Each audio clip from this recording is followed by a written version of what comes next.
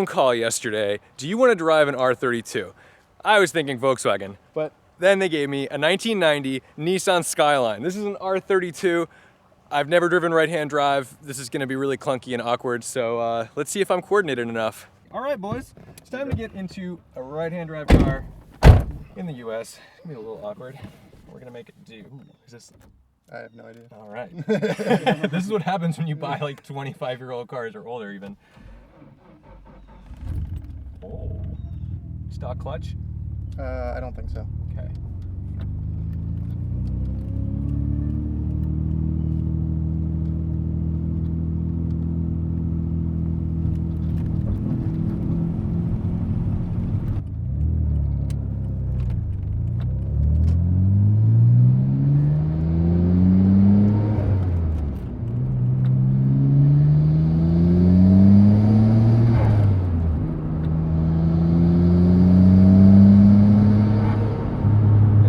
Turbo noises.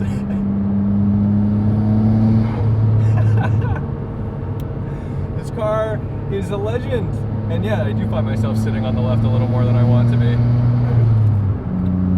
Not as awkward to shift as I thought it was going to be. No. Try a downshift. Okay, I can drive it. Is it a 5 or a 6-speed? 5. Interesting.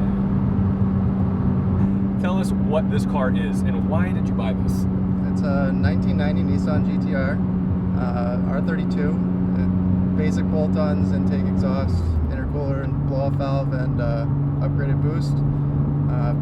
Just it was a car I never thought I'd be able to have, never thought I'd be able to drive one in the United States, and after 25 years I was able to import it and flew down and picked one up. Right, like this car has so much character. Like, I haven't done anything in it yet. I've driven it down the road. I'm staring at a gauge cluster that's in kilometers right now. Like, I get the appeal. I get why this is like the real deal. And also, it does pull like a freight train. It's not the fastest car by any means, but it's tight. And you can feel a lot of weird things happening. Like, I'm doing this and I can feel everything changing. Like, what are the stability systems on this car? Is there anything, or is it just the all-wheel drive system that's sending power?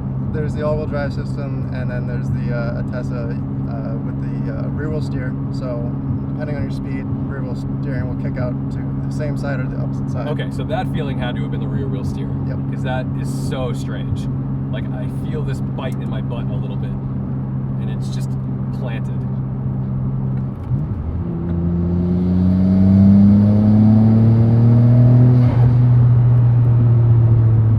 Brakes? I believe they are the stock brakes. Cool. It's comfortable. Yeah. You can sit on the highway for hours in this car. Yep. With the new suspension, it's a lot more drivable. I drive it to work. I drive it to car shows a couple hours at a time. That was supposed to be a 3-2 shift. Yeah. So there we go. That's my first fuck up of the day. It is so weird pushing this to second. At least you didn't do the 4-1. Yeah, I know. Don't worry about that. Pulls, man. It really does. If I were in 1991, this car would be like the most next level shit ever. Yeah. Yeah. You gotta realize it's almost a factory car. It has, maybe 50 more horsepower than factory.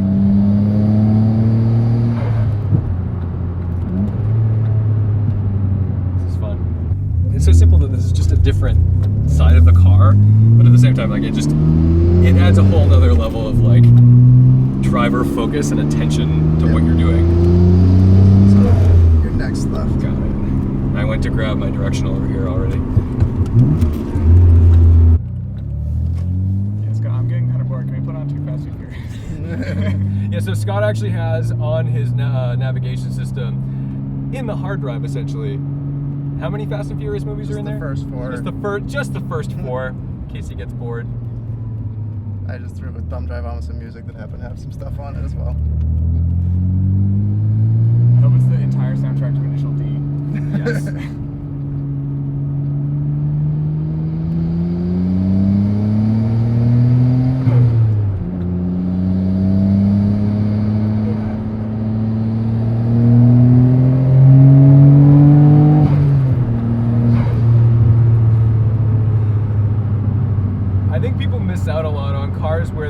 aren't crazy, scary fast, but they have a lot of character. And right now, everything in the car world is about like, oh, what's your 0 to 60?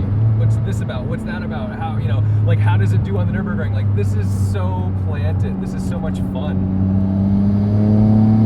And the 4-wheel steering adds like this other level of just a knowledge of where this car is gonna be when you turn in. That's very, like, there's so much to learn on this car, and I think if I were to own one, that would be the most pleasurable part about it.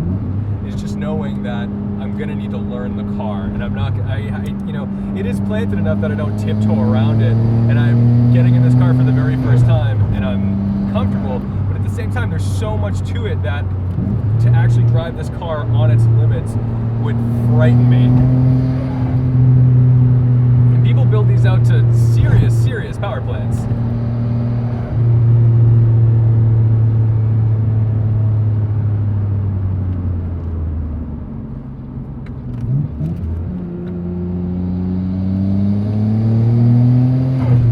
I don't know where this is. I think this road ends like right here. Okay.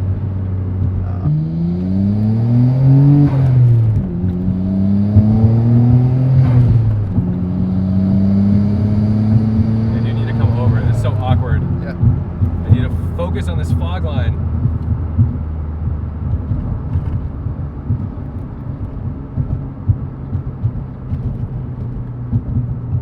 I get a lot of complaints on my channel because I basically just drive Porsches and BMWs.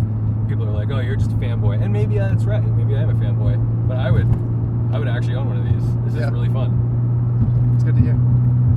And like, it's hard to be Nissan makes it hard to be a Nissan fanboy. Yeah. Nissan has made some very big missteps. Same with BMW.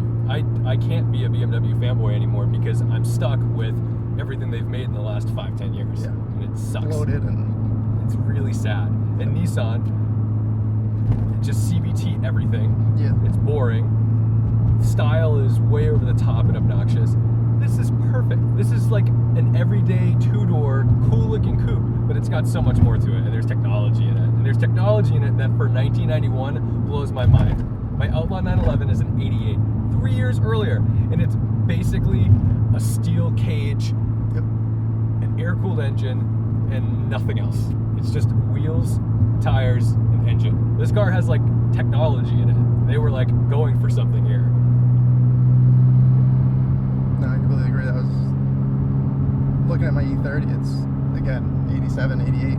So the technology difference between that and this is just Mind blowing. People in YouTube comments probably like rip you apart all the time. Oh, all the time. This car, they're gonna rip me to shreds. yeah. I don't know much about it, You so. forgot to see the dash in GT-R. Yeah.